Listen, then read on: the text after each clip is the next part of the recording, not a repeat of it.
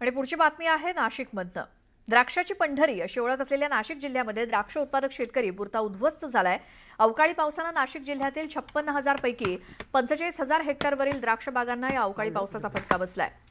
तळहाताच्या फोडाप्रमाणे जपलेल्या द्राक्षाची बाग आता कुऱ्हाडीने तोडण्याची वेळ या शेतकऱ्यांवर आली आहे।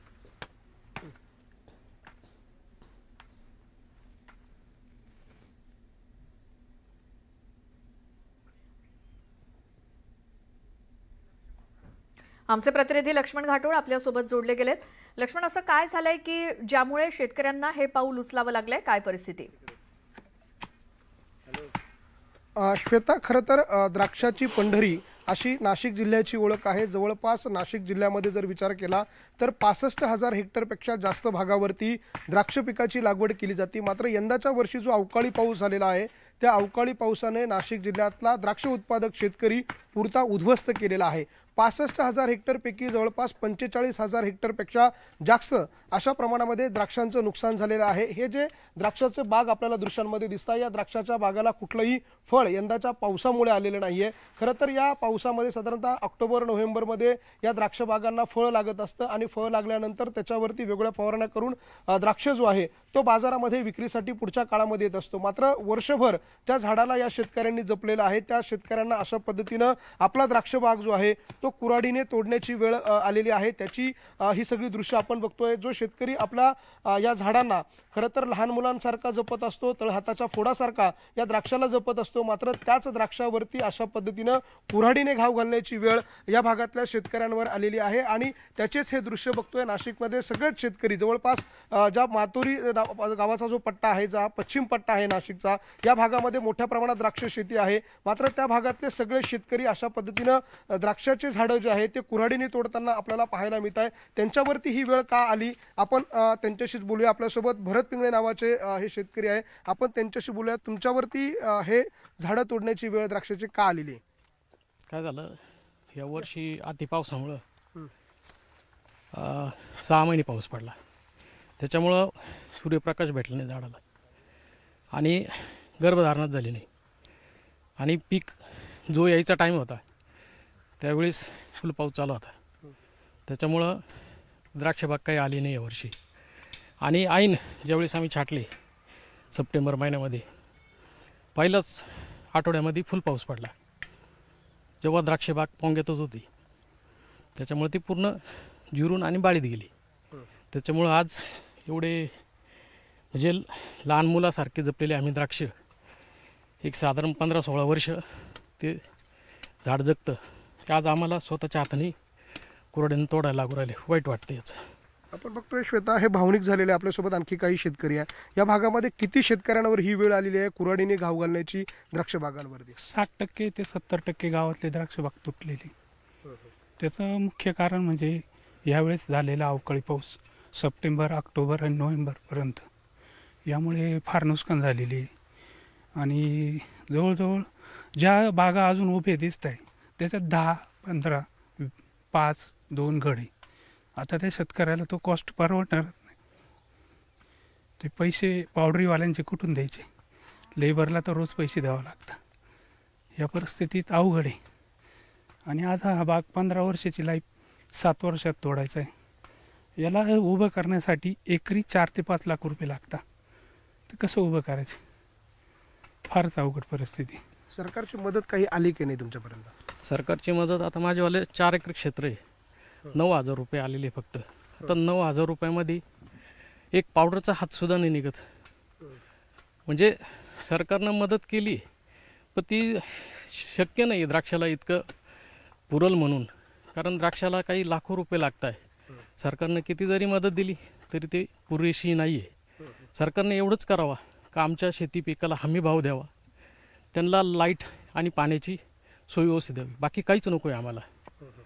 आपण बघतोय श्वेता, नाशिकमधले हे सगळे द्राक्ष उत्पादक शेतकरी आहे, त्यांच्यावरती ओढवलेलं हे संकट अतिशय भीषण आहे. कारण नाशिकमध्ये जवळपास जर विचार केला तर 65,000 हेक्टरवरती द्राक्षबाग पिकवली जाते. नाशिकच नाही तर जगभरामध्ये नाशिकचा द्राक्ष जो आहे तो एक्सपोर्ट केला जातो आणि त्या एक्सपोर्टच्या माध्यमातून परकीय चलन हे देखील देशामध्ये मोठ्या प्रमाणात येत असतं. त्याचबरोबर हे एकमेव असं पीक आहे फळबागांमधलं की ज्या पिकाच्या माध्यमातून शैक्षणिक टॅक्स जो आहे तो देखील द्राक्षबागातल्या शेतीमधून याच्या उत्पादनामधून सरकारला मिळत असतो. मात्र आज हाच शेतकरी पूर्णतः संकटामध्ये सापडलेला आहे. या भागातल्या शेतकऱ्यांचं अतोनात नुकसान झालेलं आहे आणि त्यामुळे अशा पद्धतीनं जे एकरी बाग आहे 4-4, 5-5 एकरवरती उभे असलेले द्राक्षाचे बाग आहे ते शेतकऱ्यांना अशा पद्धतीनं कुऱ्हाडीचे घाव घालून तोडावे लागत आहे. ही विदारक परिस्थिती जी आहे ती नाशिक जिल्ह्यातल्या द्राक्ष उत्पादक शेतकऱ्यांची आपल्याला पाहायला मिळते. श्वेता. बरोबर आहे लक्ष्मण, आणि अतिशय विदारक असं हे चित्र म्हणावं लागेल की इतकी मोठी बाग फुलवली मात्र ती स्वतःच्याच हाताने तोडावी लागतीये. यासारखं दुसरं दुर्दैव नाही. धन्यवाद या सगळ्या माहितीसाठी. तर पुढची एक बातमी बघूयात अमरावतीमधनं. तिथे बडनेरा रोडवरील साहिल लॉनमध्ये सुरू असलेल्या एका लग्न समारंभामध्ये काल रात्री अचानक गोंधळ उडाला. साहिल लॉन इथे बडनेरा इथल्या सुजल राम समुद्रे याचा विवाह समारंभ सुरू असताना आरोपी जितेंद्र राघव बक्षी आणि त्याच्या सहकाऱ्यांनी धारदार चाकूने हल्ला केला. या हल्ल्याचा ड्रोन व्हिडिओ न्यूज 18 लोकमतच्या हाती लागलाय. नवरदेव सुजल याचे पिता आरोपींना पकडायला गेले असता त्यांच्यावर देखील हल्ला झाला.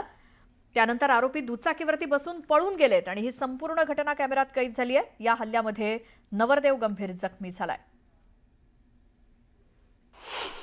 रिसेप्शनचा कार्यक्रम सुरू असताना त्याचा मित्र राघव जितू बक्षी हा त्या ठिकाणी गेला आणि त्याने चाकूने त्याच्या स्वतःच्याच मित्राला म्हणजेच नवरदेवाला चाकूने त्याच्या कमरेवर आणि पायावर हल्ला केलेला आहे. आणि याबाबत त्याची 2-3 दिवसांपूर्वी किंवा आधी जुन्या वादाच्या कारणावरून यांनी त्याच्यावर असा हल्ला केला. त्याचा दुसरा मित्र विधी संघर्षी पालक आहे, तो कार्यालयाच्या बाहेर मोटरसायकल घेऊन थांबला होता. त्याच्यावर हल्ला केल्या हा आरोपी लगेच कार्यालयाच्या बाहेर पळाला. कार्यालयातील नवरदेवाच्या नातेवाईकांनी त्याचा पाठलाग करून त्याला पकडण्याचा प्रयत्न केला परंतु तो पळून गेला. आणि या प्रकरणी बडनेरा पोलीस ठाण्यामध्ये 586/25 कलम 109(1) BNS प्रमाणे गुन्हा दाखल करण्यात आलेला आहे. बच्चे का शाही लॉन पे फंक्शन था और उसी फंक्शन में आके 2 आरोपियों ने उसके ऊपर जानलेवा हमला की और धारदार चाकू से तीन घाव उसके मांडी पे मारे गए और मारने के बाद में वो स्टेज से भाग गए दोनों भी. एक आरोपी गाड़ी लेके तैयार था उसको लेके जाने के वास्ते. वो बहुत बड़ी दुर्घटना बच गई थी तो बच्चे की जान चली जाती. पुढची बातमी बघूयात. राज्याचे वनमंत्री गणेश नाईक पुणे जिल्ह्याच्या दौऱ्यावरती आहेत. शिरूर तालुक्यातील पिंपरखेड गावातील मृतांच्या कुटुंबियांची त्यांनी भेट घेतली आहे. बिबट्याच्या हल्ल्यामध्ये मृत्यू झालेल्या पीडित कुटुंबियांसोबत ते संवाद साधतायत. पिंपरखेड परिसरात गेल्या महिन्याभरात बिबट्याच्या हल्ल्यामध्ये 3 जणांना आपला जीव गमवावा लागलाय. दरम्यान नरभक्षक बिबट्या दिसला तर त्याला ऑन द स्पॉट शूट करा. बिबट्याची संख्या कमी केली पाहिजे, नाहीतर कुत्री भटकतात तसे बिबटे भटकतील. ऊस तुम्ही लावला, त्या ऊसामध्ये ससे, लांडगे, कोल्हे असल्यामुळे बिबट्याला आयती शिकार मिळते आणि हा दोष कुणाचा आहे असा सवालच हतबल वनमंत्र्यांनी माध्यमांना विचारला. दरम्यान बदनाम व्हायला मंत्री झालोय की काय असं देखील नाईक म्हणाले.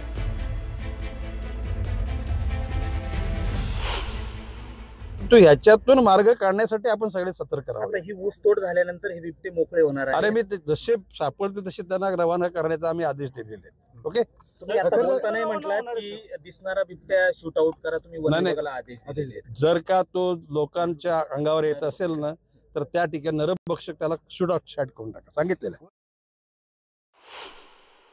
स्पष्ट निर्देश दिलेले आहेत वन खात्याला आणि पोलीस खात्याला की आंदोलनामध्ये सहभागी झालेल्या कोणावर सुद्धा कारवाई करू नका.